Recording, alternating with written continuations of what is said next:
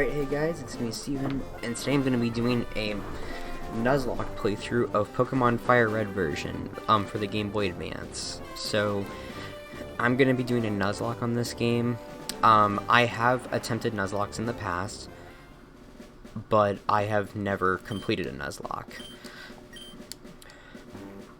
Because I've always lost. Or I just didn't continue it because of timing. Like, I got busy. But we're gonna Professor Oak greet us, tell us who he is. But yeah, and I'm doing FireRed. Like, I was gonna do Pokemon Y, but I've attempted that one before and have lost. But I mean, I will do it again though one day. Like, I'm gonna be a boy character, because in both my Pokemon Y Nuzlocke attempts, I played as a female character, so I'll go ahead and do a male character, and I'm gonna do Stevo instead of Steven. That's one of my nicknames that my friends from high school called me, and my teachers in high school called me.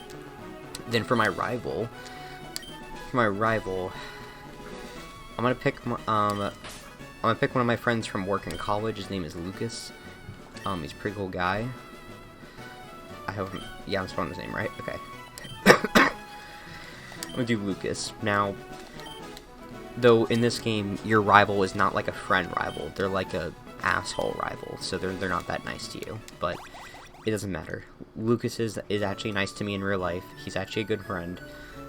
He's a good friend to me. So, but I just thought it'd be fun to pick him as my rival for this game. But yeah, shout out to my friend Lucas. Lucas, if you're watching this, I hope you're excited that you're my rival. Alright, my battle style is actually going to be on set mode. Do stereo sound. And for my frame, we'll do this one. But yeah, and of course we have an NES right here. In the, in red, blue, and yellow, it was a Super Nintendo. So they kind of took a step back, honestly, and I grabbed that potion in the PC, from the PC, because you should always do that. I feel like some people on their Nuzlocke attempts for FireRed and Leaf Green, they forget to grab the potion in the PC, but you should grab it in case, for whatever reason, you're struggling in your starter battle. Because if you pick Bulbasaur as your starter, then you typically will have a hard time in your starter battle unless you start off with Growl as your first move.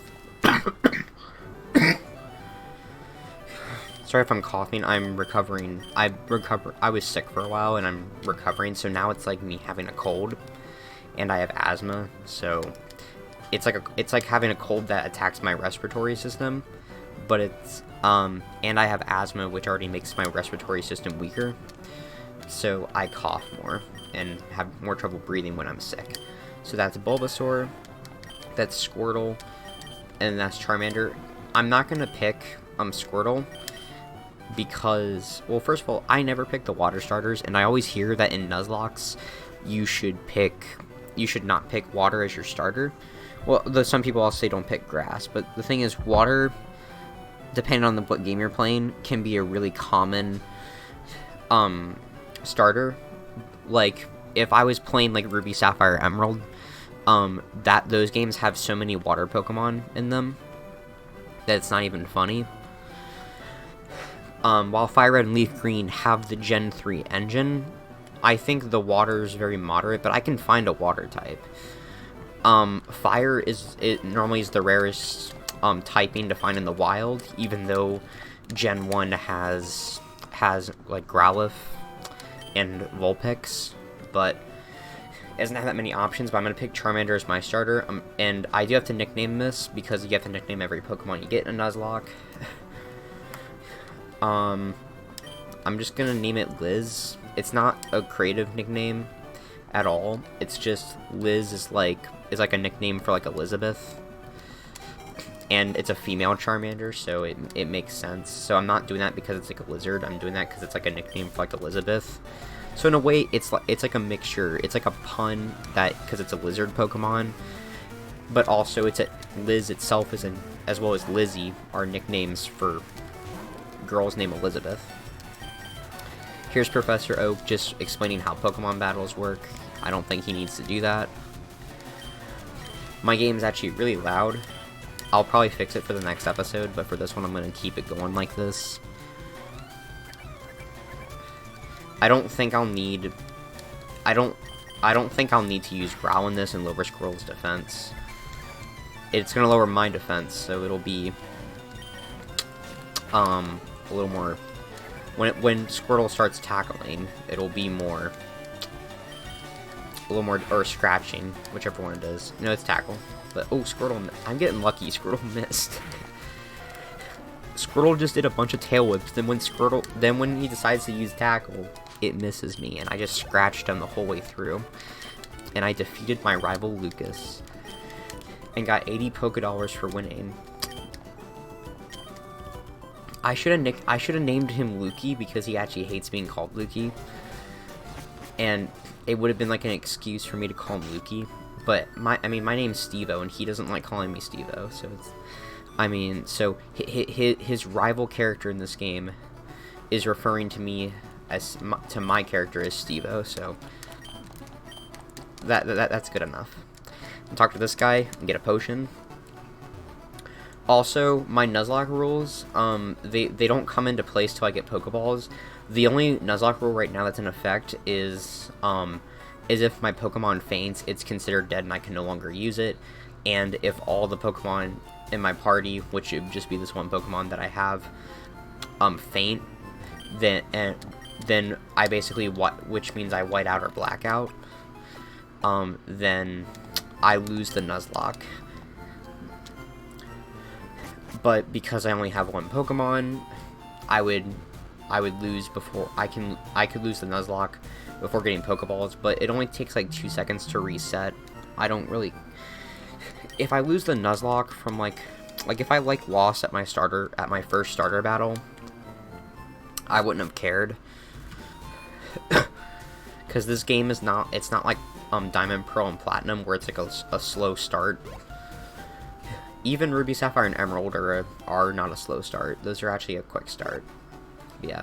This isn't technically my first Nuzlocke, but if I do complete it, it'll be my first completed Nuzlocke. But it's not my first ever Nuzlocke attempt. I could consider it my first Nuzlocke, as in, like, my first complete Nuzlocke. If I complete it, that is. Which I do plan to complete. I'm just going to come up here, talk to Professor Oak. Yeah, I went to the Pokemart in town, got Oak's parcel, and I come back to Pallet Town, deliver it to him. And then Lucas comes up here. And then Professor Oak talks to Lucas and I. He's going to explain what the Pokedexes are and give them to us. And then in the process, he's going to give us 5 Pokeballs. So then all of our Nuzlocke rules are going to start now. And not just the fainting ones and the whiteout/blackout one. I'll go ahead and explain the basic rules while we're going through this section. Rule number 1: if a Pokemon faints, it is considered dead, and you either have to box it in the PC and never touch it again, or you have to completely release it out into the wild. Basically, your Pokemon will be dead. You can no longer use it. If you run out of Pokemon in your party, meaning if all Pokemon in your party faint, causing you to white out or black out, then you lose the Nuzlocke, even if you have Pokemon left over in the PC. Technically, there's different ways to go about the Nuzlocke rules. It's just I'm going based off basic Nuzlocke rules. I am counting deaths that take place outside of battle. So, for example, if I have a Pokemon that is poisoned and it faints, and it has the poison effect, I don't use an antidote on it, and it faints outside of battle, like while I'm walking in the wild, then I'm still gonna consider it dead and keep abiding by the rules of Nuzlocke. Another rule which I'm exercising right now, as you can see, is so I can only attempt to catch the first Pokemon that I encounter on each route. So if I go to a new area, the first Pokemon that I encounter is the only one that I'm allowed to attempt to catch.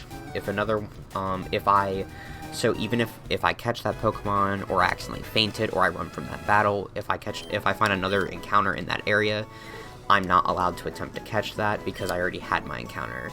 In this case, I caught this Pidgey successfully, so I succeeded on catching on my encounter that I get for Route 1. And another rule is you have to nickname every single Pokemon. It's just a rule. You don't have to be creative with your nicknames, you just have to name them. I'm just gonna name this guy Chicken. I'm creative with nicknames when I have more time to think about them. Like if I'm playing Pokemon casually, and I'm just thinking, and I'm thinking about time and all that, and I'm not worried about time management or anything, I'll just sit back and come up with a half-decent nickname. But yeah, I have to nickname it something, even if it's something that's a bad nickname or makes no sense or isn't funny. I have to come up with some form of nickname. This is also going to be a good time for me to buy some potions. I do have 2 potions available that I got for free, but I might as well go to the Pokemart and buy potions if they're available. I don't remember if they are. No, they are. If I attempted to buy from this Pokemart before... So, like, if I attempted to buy from this Pokemart before I got my first 5 Pokeballs, it wouldn't let me. Because Viridian Forest is coming up, I'm just going to buy antidotes. This is probably too many of them. I won't buy any paralyzed heals for now because I don't need them, but I want to have antidotes so that Pokemon don't faint while I'm walking through Viridian Forest. Because there's bug types in there, and common dual typing in Viridian Forest with the Pokemon there is bug and poison types. Or there's some bug types that will know, that are regular bug types, but they know a poison move. This is going to be my next encounter.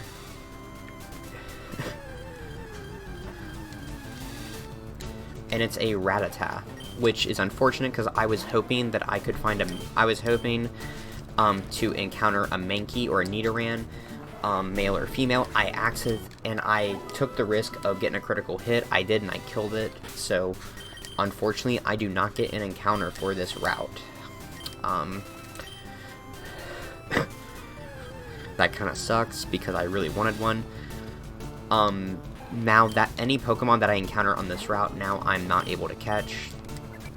So even if I wanted to catch this Rattata, I cannot catch it because it's not my first encounter on Route 22. Even if I have like a Nidoran male or female or a Mankey, I can't even attempt to catch those. Chicken died. There's my first death in the Nuzlocke. So right now I'm only gonna have Charmander, which is not good. Because I'm gonna have another rival battle right here against Lucas. and Lucas is gonna have a level 9 Pidgey that'll know Sand Attack, which will decrease my accuracy significantly. And he's gonna spam Sand Attack a lot, which then means that my moves are gonna be missing, and the consistency of my moves missing are gonna be worse and worse. And then accuracy is going to carry into his, I think it's his level 7 or level 8 Squirtle. Good news here, though, is that Mankey is burnt, so Mankey's going to get hurt from burnt. I'm just going to use a Scratch to save the PP on the move to kill it. And I'm basically just going to try to get my Liz up to level 8 or level 9, because then... or level 9, level 10, because then it'll be either equivalent or a level higher than Lucas's highest level Pokemon. But hopefully this battle gives me enough experience to get up to level 8. It does. I really wish that I was more conservative with my Pidgey and I used a potion, or I swapped out for my Charmander. It would have been a better idea, because then I could grind 2 Pokemon and be more productive like that, because then I won't have a Pokemon that's hurting my Charmander, which would be, which would end up being my Pidgey, for when I'm up against Lucas's Squirtle. But the good news is I'm almost at level 9. I mean, I might just overdo it and go to level 10. Now the issue with this is that does mean it's going to be more difficult for me to catch. It's going to be more difficult for me to catch Pokemon in Viridian Forest. The lower level ones, if I get a lower level one as my first encounter, it's going to be difficult to catch it. I am not going to have a Pikachu as my first encounter, but that's okay because Pikachu is not good to have early in game anyways, because, well, it's good for the second gym, but not for the first gym. The issue is it doesn't look like I'm going to have anyone that's good against Brock, because all the Pokemon in Viridian Forest are bug type or bug and poison type. I'm just gonna start speeding this up.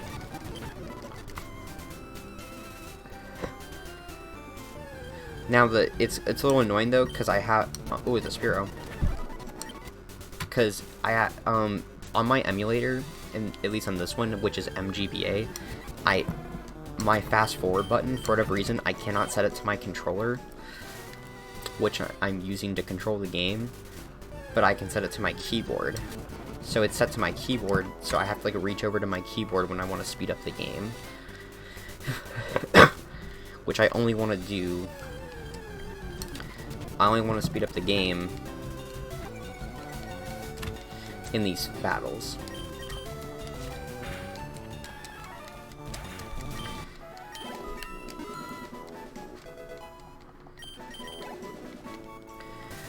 I'm going to go on ahead and head back to the Pokemon Center, and then we're going to go on ahead and do our second rival battle with Lucas. Now, technically you can skip this rival battle, you can just never do it, and if you do your third rival battle and not do your second rival battle, you cannot return to Route 22 and just do it. Oh yeah, I do have to store Chicken the Pidgey into the PC. Now, I do have dupes clause in place, which does mean I have to skip dupes.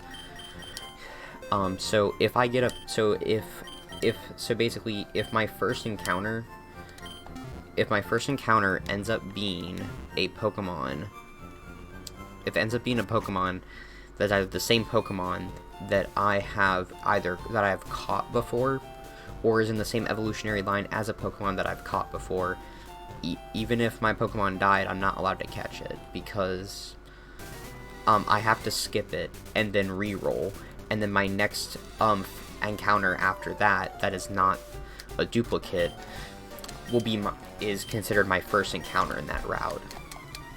So I am now ineligible to attempt to catch a Pidgey, a Pidgeotto, or a Pidgeot, even if it's my first encounter.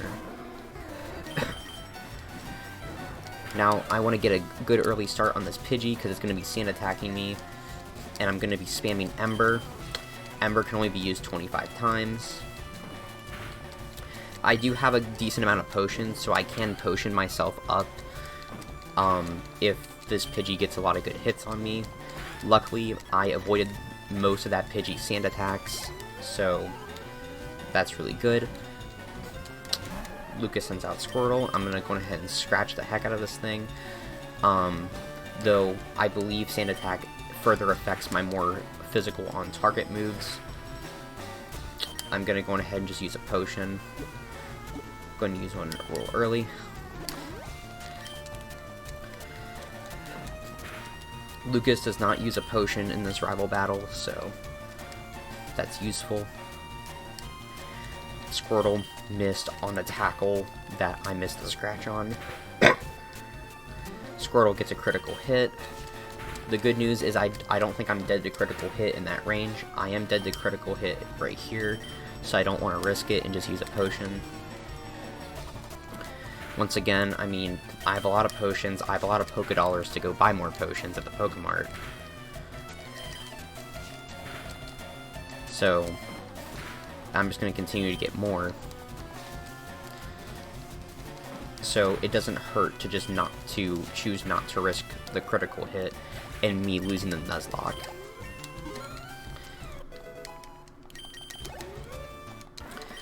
I don't have any hardcore Nuzlocke rules put in place because, as you can see, I'm using items, so I'm allowing myself to use potions. both in and outside of battle.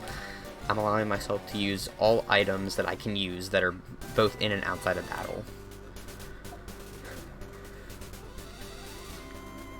There's rarely something in this that I'm not letting myself use. I'm gonna go ahead and heal up, and then we're just gonna end the episode here. But anyways, I hope you guys did enjoy this video. If you did, leave a thumbs up, and if you want to see more of this Let's Play, go ahead and let me know in the comment section down below. But anyways, I hope you guys did enjoy this video, and I will see you all in the next video. Have a good one, guys.